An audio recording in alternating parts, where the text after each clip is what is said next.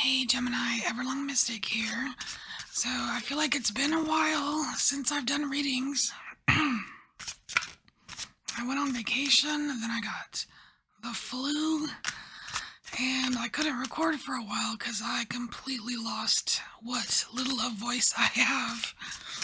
Anyway, I am so ready to do readings. We're going to use Starman. We're going to use the musical alchemy of astrology and the gentle chaos oracle. I don't necessarily have a theme. We're just going with the flow here. So I want 2 of these.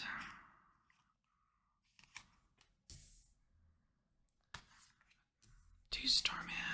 And then we'll get some alchemy of astrology. Third version, hot off the presses.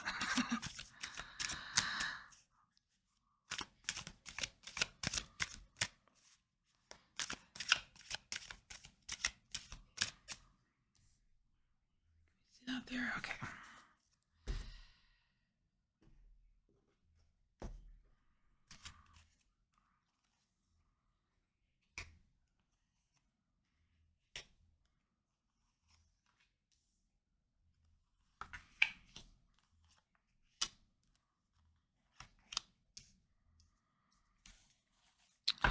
All right, now let's get our little gentle chaos oracle. I'm just gonna get 3 of these to go right here. I tried this out on myself, so I think it'll make sense. All right.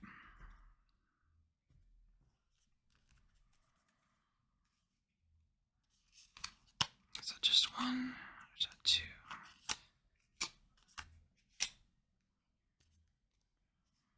My hands are slick. All right, we're all set up. Now the Gentle Chaos Oracle is it's a new deck to me. I've never even looked in the book.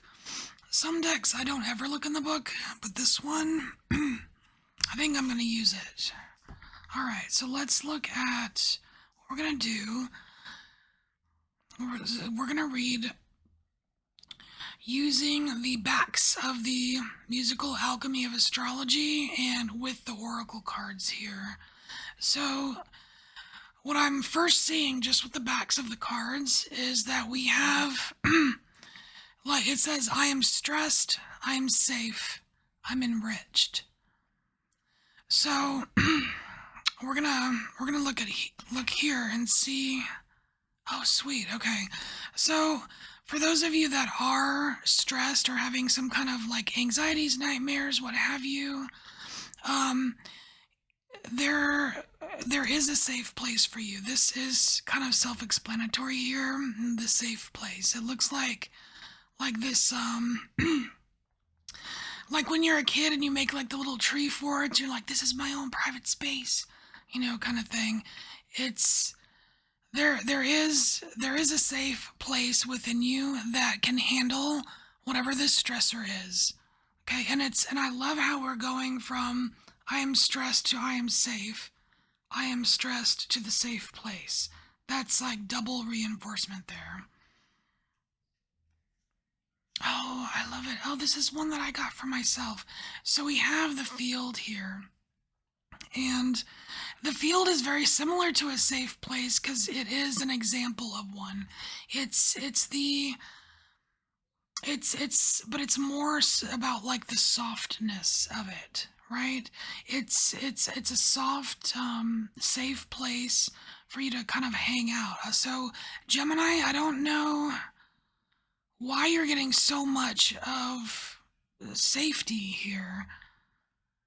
I don't know if that's something that you've been lacking or craving, but it's certainly showing up a lot already, and we just started. So we also have I am enriched.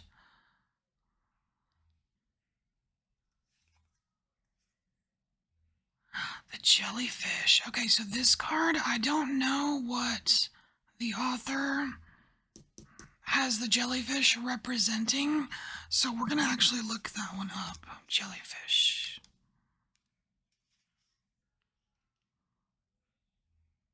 So it says the jellyfish reminds us to let ourselves exist simply and just be.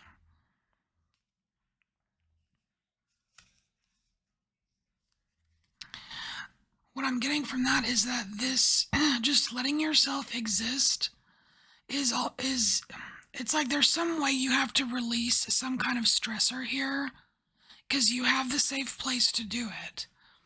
And you can just kind of exist, like let yourself just exist. Let yourself just be.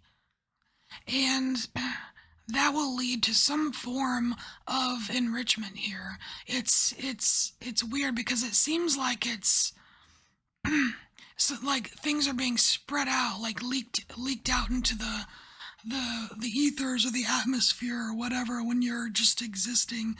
But really, we've got this enrichment energy that's actually concentrating and making something more potent. And I feel like it has something to do with your like your life force, or you know what I mean? And so down here we have I am unique, I am profane. Oh, I like that. Oh, wait, I am unique, I am profane, I am heartened. So I feel like this is like a sandwich, where you've got this loving sweet side, and like you've got love and laughter on the outside of something, but there's something stuck in the middle. There's something stuck on repeat. Because we have this stuck needle on a gramophone record. So that's a very interesting sandwich you have going on there, Gemini. Now, again, with the safe place, it's like there's something very unique about this safe place of yours. And whatever this stuck needle is, this repeating something that doesn't exactly jive with the outside of the sandwich here, it has something to do with your safety, but also on this I am safe, there's this ocean of strength. And where it says right here, ocean of strength, which is really cool because that completely relates to this kind of jellyfish energy where you're just letting yourself exist, but there's some kind of potency happening from it, which is really cool. So so this is just kind of reading the backs of the cards, the way that there's no really set of instructions on how to use this deck, but I like using the backs like this. It's kind of cool. So now we're gonna flip them over and we're gonna read with Starman and see what other messages are for you. So, ooh, we have the Chariot. All right, so this, I don't know, it seems like super grandiose, like over the top. So this is one of two things. This could be really making a big deal, too much of a big deal, like over exaggerating the importance of something, or you literally have just like kicked ass, taken names, had one of the biggest victories of your life, or one of those things where it's like a big, huge accomplishment. So I'm seeing it both ways, and neither way is telling me it's the right way or the right answer. So maybe it's mixed for you guys.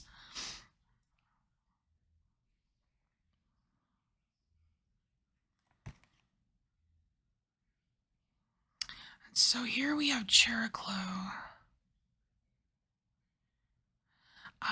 Okay. So it talks about it's the graceful enforcer of boundaries. And this can be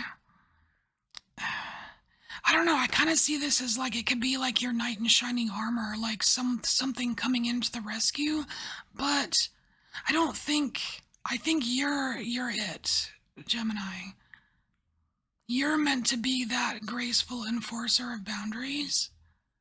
It does talk about shape shifting, shamanism, spirit medicine, soothing neural networks. I mean, you can definitely soothe some neural networks in your safe place, for sure. I'm not quite sure how it relates to this yet.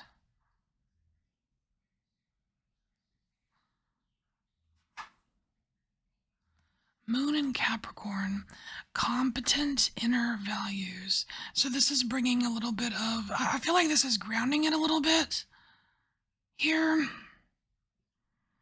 It's and it also just has a whiff of like consistency here with the beat of the metronome, like very consistent. Keep on going, don't stop. Develop a rhythm, da da da. You know, like keeping you on the right pace.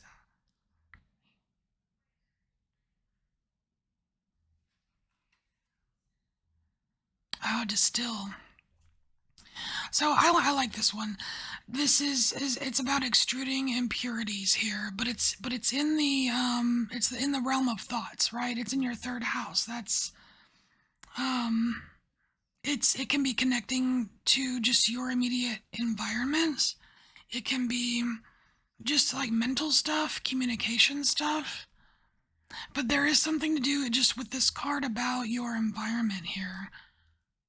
I do like that it's, again we have this jellyfish where you're like you're letting yourself be, but there is this environment and somehow by letting yourself be, there's something is becoming enriched or more potent. And it could just be like a consciousness or your awareness.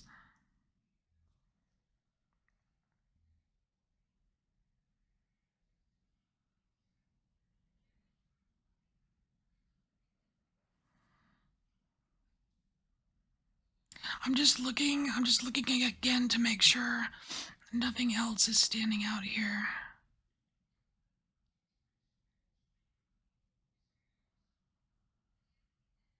I feel like there's with this chariot here, it just seems so over the top that I feel like this is the solution here to being in this energy.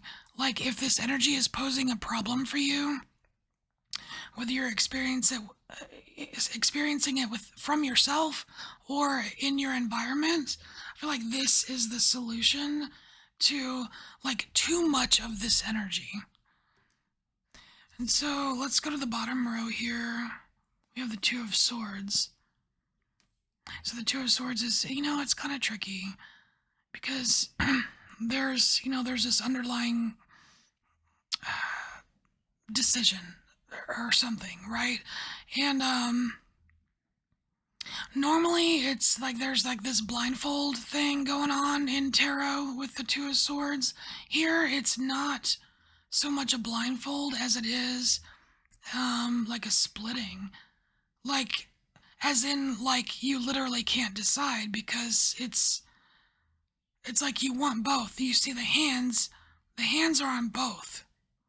Because in some tarot cards, your hand is on one, like you kind of already know which way to go or what to do. Well, no, that's more like the Two of Wands, but you've got your hand on both swords here, but like the swords are made of wood, like making like kind of blending it with the Two of Wands almost. But yeah, you're split. You're split here. Like what do I do about something?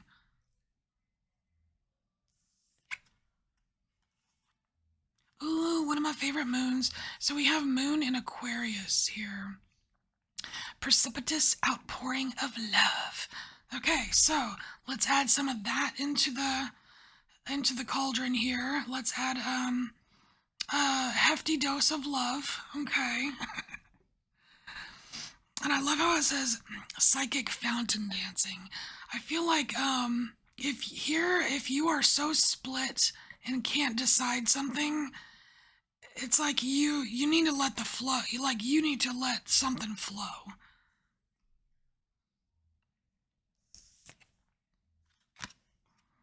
Ooh, moon and Ophiuchus. Okay.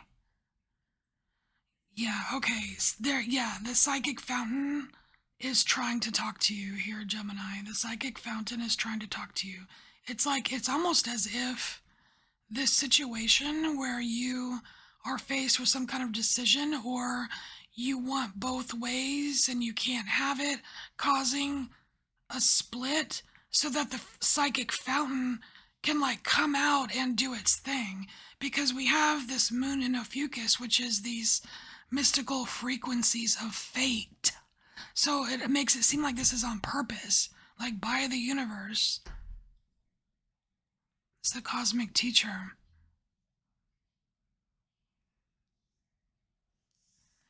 And so last we have, ooh, Aqua Vitae. Oh, the spiritual cul-de-sac.